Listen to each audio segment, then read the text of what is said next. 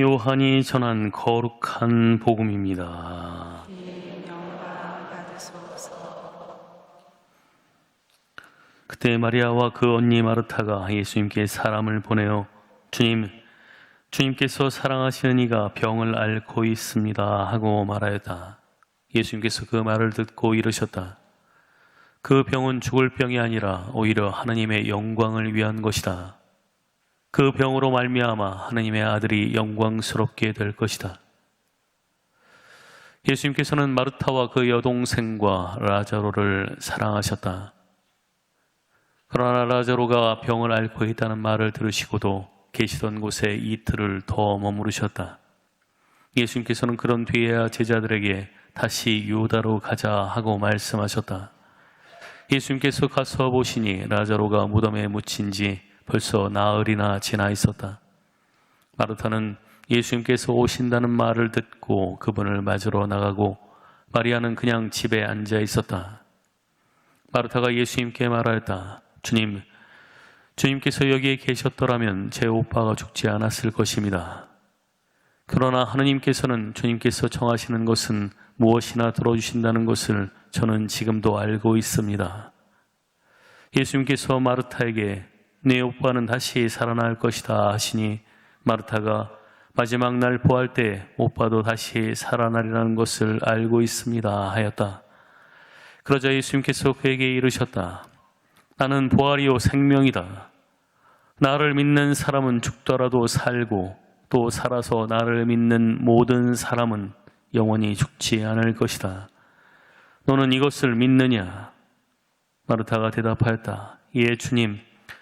저는 주님께서 이 세상에 오시기로 되어 있는 메시아시며 하느님의 아들님이심을 믿습니다.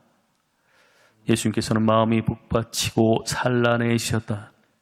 예수님께서 그를 어디에 묻었느냐 하고 물으시니 그들이 주님 와서 보십시오 하고 대답하였다. 예수님께서는 눈물을 흘리셨다.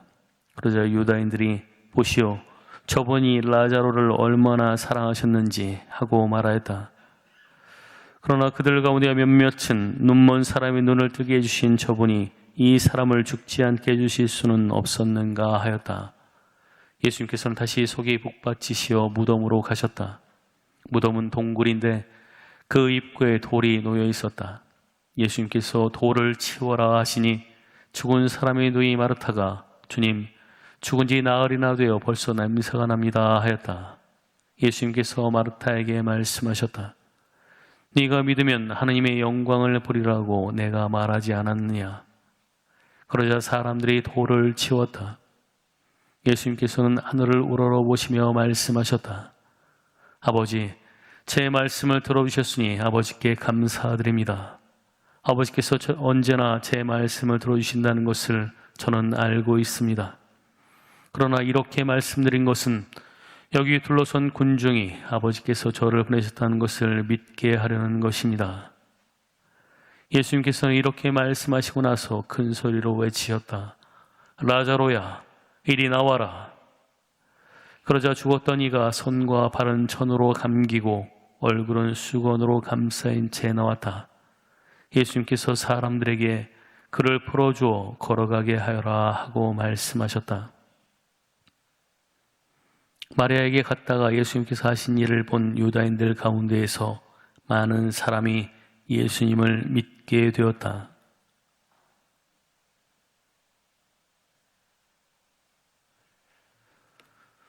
주님의 말씀입니다. 그리스도님 참여합니다. 자리에 앉으십시오.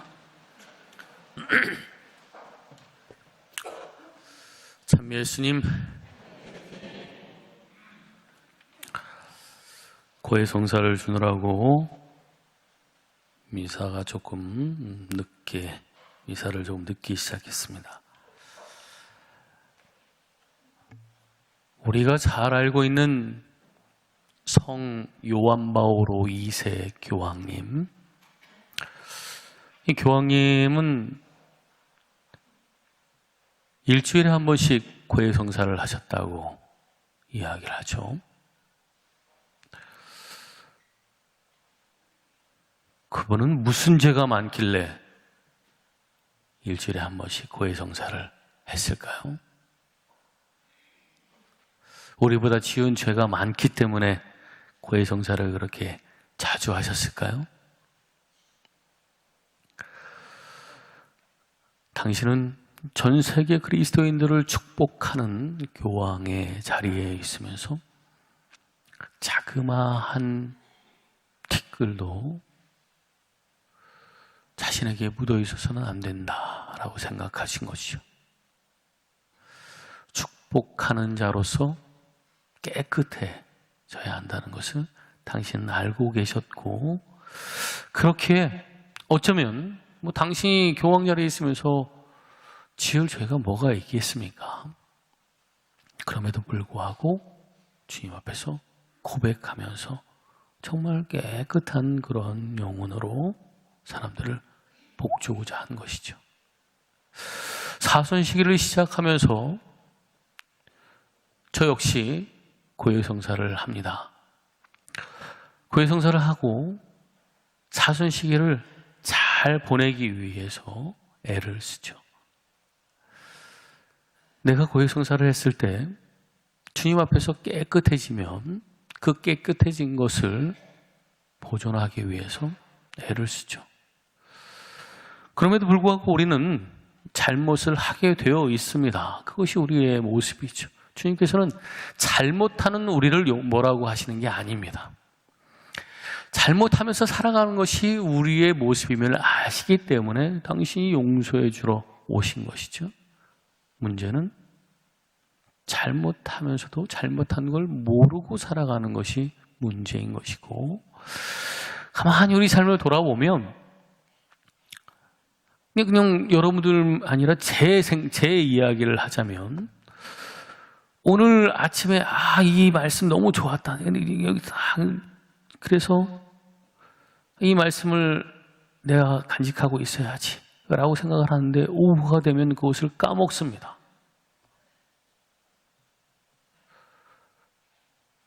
내일이 되면 생각지 못할 수도 있죠. 일주일이 지나면, 한 달이 지나면 내가 한 달 전에 무슨 일이 있었는지도 잘 기억이 나지 않습니다. 매일매일을 성찰하면서 살아가는 사람들은 내가 주님께 맞닿지 못한 삶에 대한 것들을 잘 성찰하고, 그래서 주님 앞에 내 모든 것들을 내어놓을 수 있는데, 그렇지 않으면 하루, 이틀, 10일, 30일 지나고 나면 내게 있었던 일들을 전혀 기억을 못하고, 그래서 나는 아무것도 안 한 것처럼 느껴집니다. 나는 아무런 죄가 없는 사람인 것처럼 느껴지죠. 내 기억을 탓하는 것이 아니라 내가 매일을 성찰하지 않았음을 탓해야 되는 거죠. 매일매일을 성찰하면서 주님과 함께 살아가는지를 살피는 겁니다. 각자라고 오늘 말씀으로 돌아와 봅니다. 아빌라의 데레사는 영적 동반자였던 십자가의 성 요한과 오랜 우정을 나누었습니다. 자신의 고해 신부였던 그라시안과도 애정이 담긴 우정을 나누었다라고 하죠. 사도 바울은 역시 자신의 벗이었던 티모테오만이 아니라 티토, 또 자제옥감 장수였던 리디아, 이 많은 여성들과도 우정을 나누었습니다. 너무도 유명한 프란시스코와 클라라의 우정은 우리가 이야기하지 않아도 교회 안에서 아주 유명한 우정으로 전해져 오고 있죠.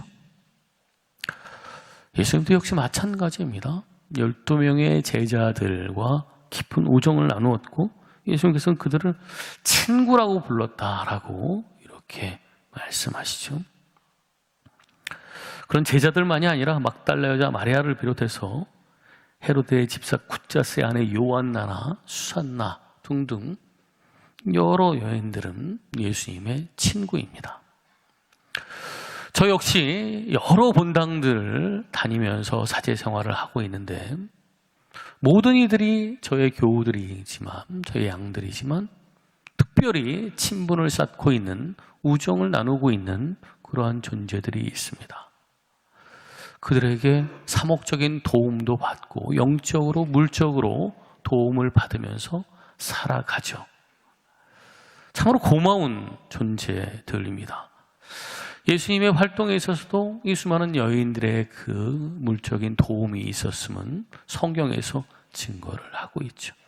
이렇게 가까운 관계를 맺고 있는 그러한 사람들은 또 각별한 마음이 듭니다. 성경에서는 예수님께서 라자로 남매와 각별한 관계였다라고 하는 것을 이야기하고 있습니다. 예수님께서 갈릴레아에서 주로 활동을 하시면서 순례 축제 때가 되면 예루살렘을 향해 가고 그 예루살렘에서 당신이 활동을 하다 보면 머물러야 할 곳을 정하는데 이 머물러야 할 곳을 라자로 남매의 그 집에 두었다라고 하는 것을 보게 되면 이 라자로 남매와 얼마나 친한 관계였는가라고 하는 것을 알게 되죠. 그러면 이 각별한 관계였다라고 한다면 내가 마음 쓰는 것도 다를 텐데 오늘 그렇게 가까웠었던 이 라자로가 앓고 있고 죽어간다라는 이러한 소리를 듣게 되죠. 지금 예수님께서 라자로에게 갔을 때 죽은 지 이미 나흘이나 돼서 냄새가 난다라고 하는 걸로 보아서 예수님께서 그 갈릴레아에서 이틀을 더 머무르시고 내려오셨는데 그러면 여기서 올라가는데 이틀, 내려가는데 이틀 그렇게 쳤을 때 이미 사람을 보내서 라자로를 살려주십시오라고 이야기했을 때 이미 죽어가고 있었다라고 하는 것을 알게 되죠. 그 이야기를 전했을 겁니다.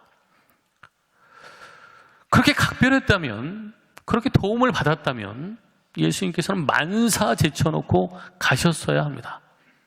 아니면 왕실 관리의 아들을 살려주시듯이 당신이 멀리서라도 그를 살려냈어야 하죠. 그런데 이야기의 바람은 우리들의 생각과는 다르게 흘러갑니다. 예수님께서는 일부러 이틀을 더 머물고 내려가신다라는 것입니다. 마르타가 이야기하죠. 주님께서 여기 계셨더라면 제 오빠는 죽지 않았을 것입니다. 예수님에 대한 믿음이 있어요. 그런 믿음을 가지고 예수님께 청을 드렸는데 예수님은 가지를 않으신 겁니다. 참으로 당혹스럽습니다. 예수님께 이렇게 말할 수 있겠죠. 당신이 정말 사랑하기는 했냐?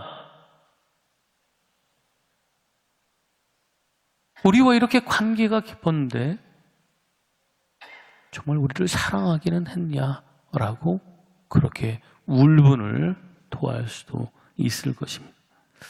성경 안에서 시리아 페니키아 여인의 그 딸을 구하려고 예수님께 왔을 때 예수님께서는 강아지 취급을 하죠.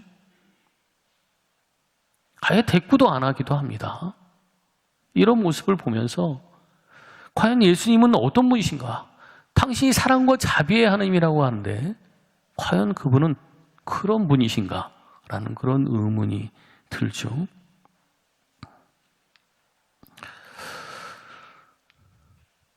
예수님은 이렇게 말씀하십니다. 하나님의 영광이 드러나기 위해서 그러는 것이다. 때로는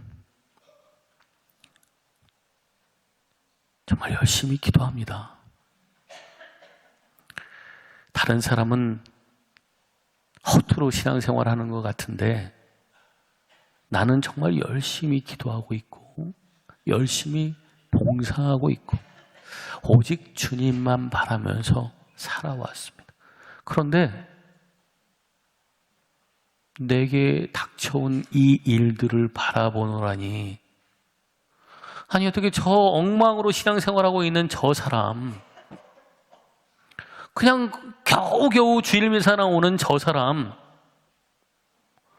사람들은 아무 일도 벌어지지 않거나 오히려 더 잘 살고만 있는데 나는 이렇게 열심히 신앙생활을 해왔는데 나한테 벌어지고 있는 이 일은 뭔가? 라는 그러한 마음들을 가질 수 있죠. 그런데 마리아와 마르타는 그럼에도 불구하고 예수님께 믿음을 고백합니다. 예수님이 부활이요 생명이라고 하는 것을 고백하죠.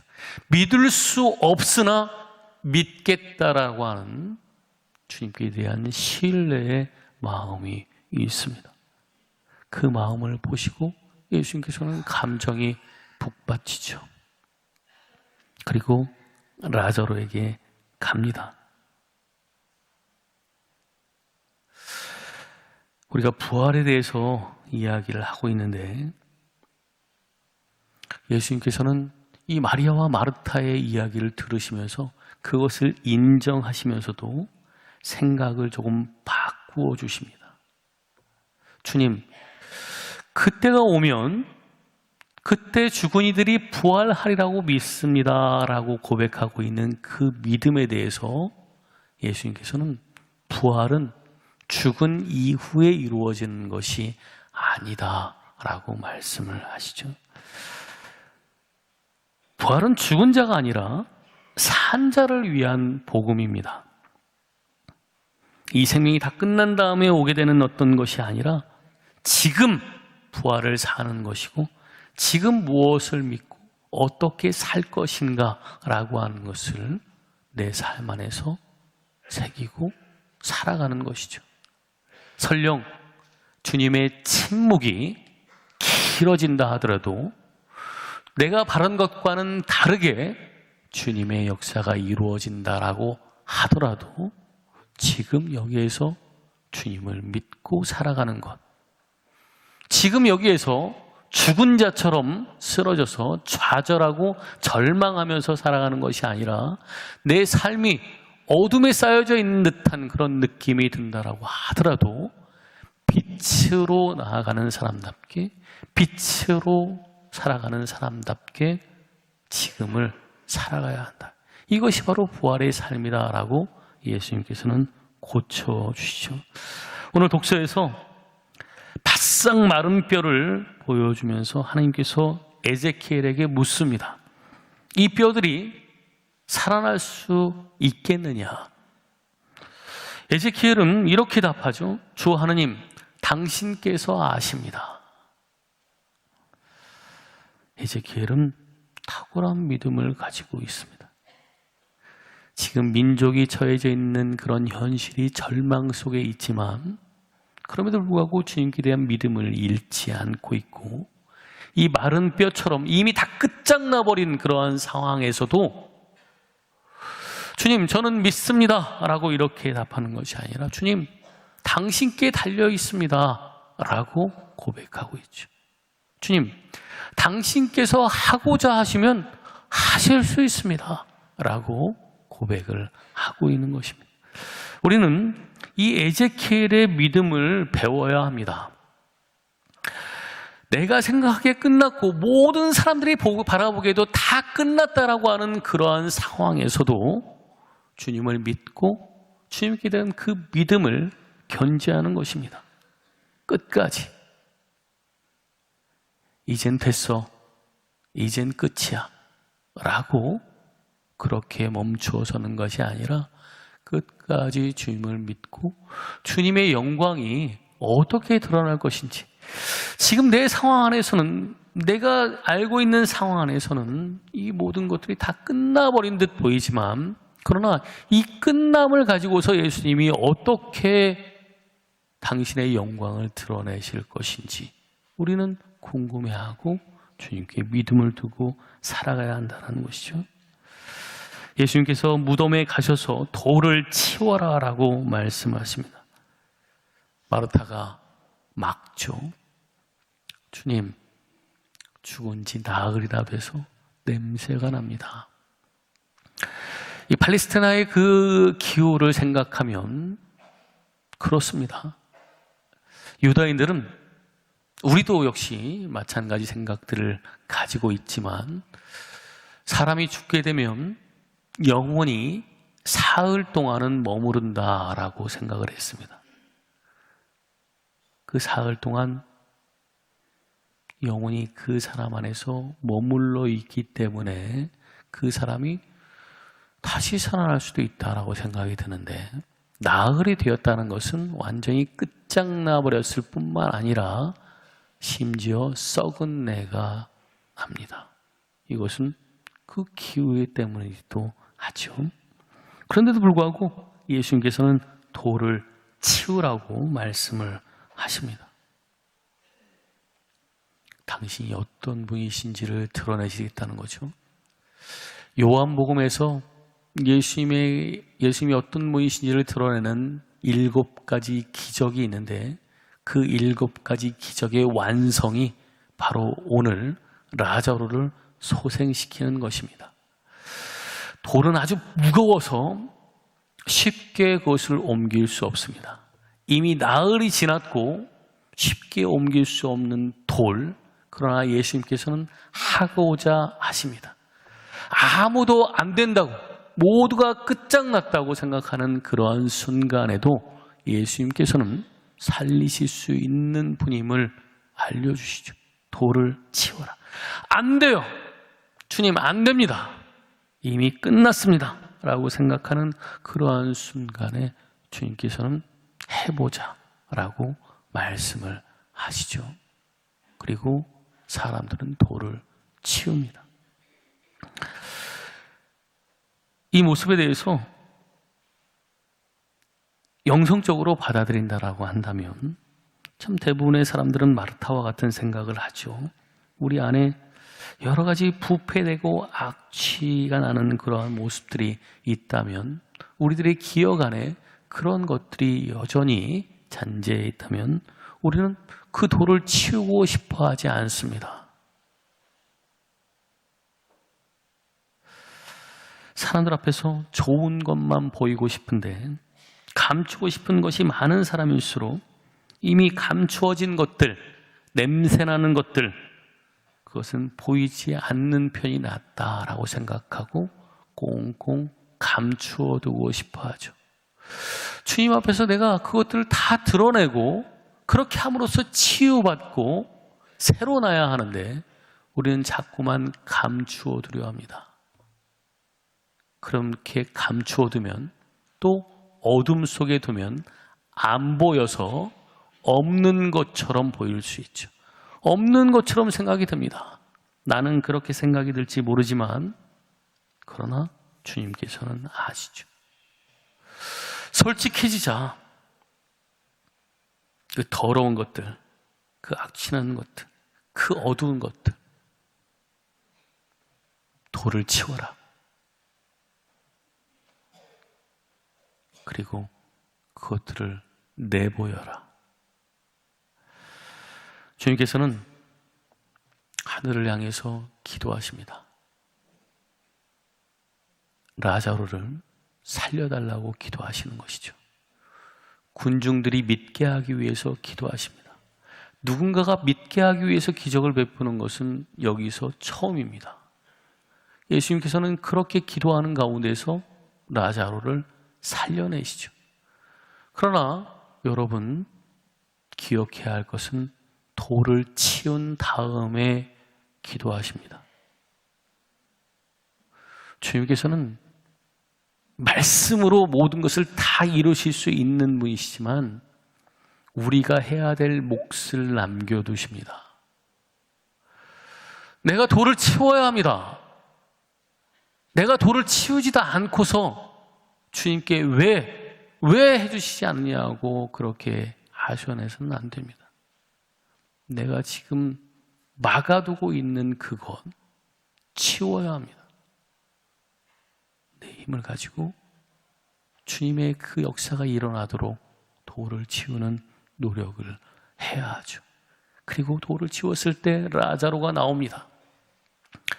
예수님께서 말씀하시죠. 라자로를 풀어주어서 걸어가게 해라 라고 이렇게 말씀하십니다. 여전히 우리들의 몫이 있습니다. 주님께서는 모든 것을 다 해주시지 않아요. 새롭게 만들어주시는 분이시면서도 언제나 우리와 함께 하십니다. 우리가 돌을 치워야 할 뿐만 아니라 당신이 그 라자로를 살려서 걸어오게 한다라고 하더라도 우리가 그를 묶어두었던, 칭칭 감겨두었던 그것을 풀어주어야 합니다. 여기에서 가게 하라, 풀어주어서 가게 하라는 이러한 말은, 아페임이라는 이 단어는 죄수나 노예를 자유롭게 해서 보낼 때 쓰는 그러한 단어인데, 성경에서는 주로 용서하다라고 하는 그런 말의 의미로 이 단어를 사용합니다. 요한복음사가는 우리에게 이 라자로의 이야기를 전해주면서 예수님께서는 우리에게 생명을 주시는 분이시고 당신은 부활로서 우리에게 역사하시지만 그 부활과 생명을 얻는 삶을 산다는 것은 우리의 몫이 있다고 전해주고 있죠. 내가 해야 되는 몫은 칭칭 감겨져 있는 그것을 푸는 것입니다. 나 스스로 풀어야 하지만 나 스스로 풀지 못할 때 누군가가 풀어주어야 합니다.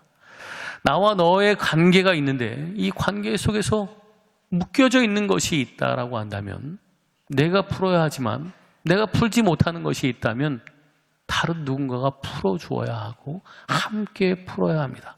그래서 자유롭게 갈 수 있도록 만들어 주어야 하죠. 주님만 할 수 있다고 주님께만 모든 것을 전가하는 것, 이것은 신앙의 삶이 아닙니다. 주님께서 우리에게 힘을 주실 것이고 주님과 함께 우리도 해야 될 몫을 해야 합니다. 자, 여러분, 사순식이 이제 겨우 2주 남았습니다. 자, 이제 사순식이 시작됐으니까 열심히 살아봅시다 라고 외쳤던 그때가 엊그제 같은데 이제 2주밖에 안 남았습니다. 아직도 치우지 못한 돌이 있습니까? 아직도 풀어내지 못한 천이 있습니까? 아직도 두려워서 어둠 속에서 나오지 못하고 있습니까? 내 영적인 삶에서는 여전히 악취가 풍겨나고 있는데 나는 어떤 상태입니까? 주님께서 우리를 살리십니다. 그러니 우리의 몫을 해내도록 합시다. 아멘.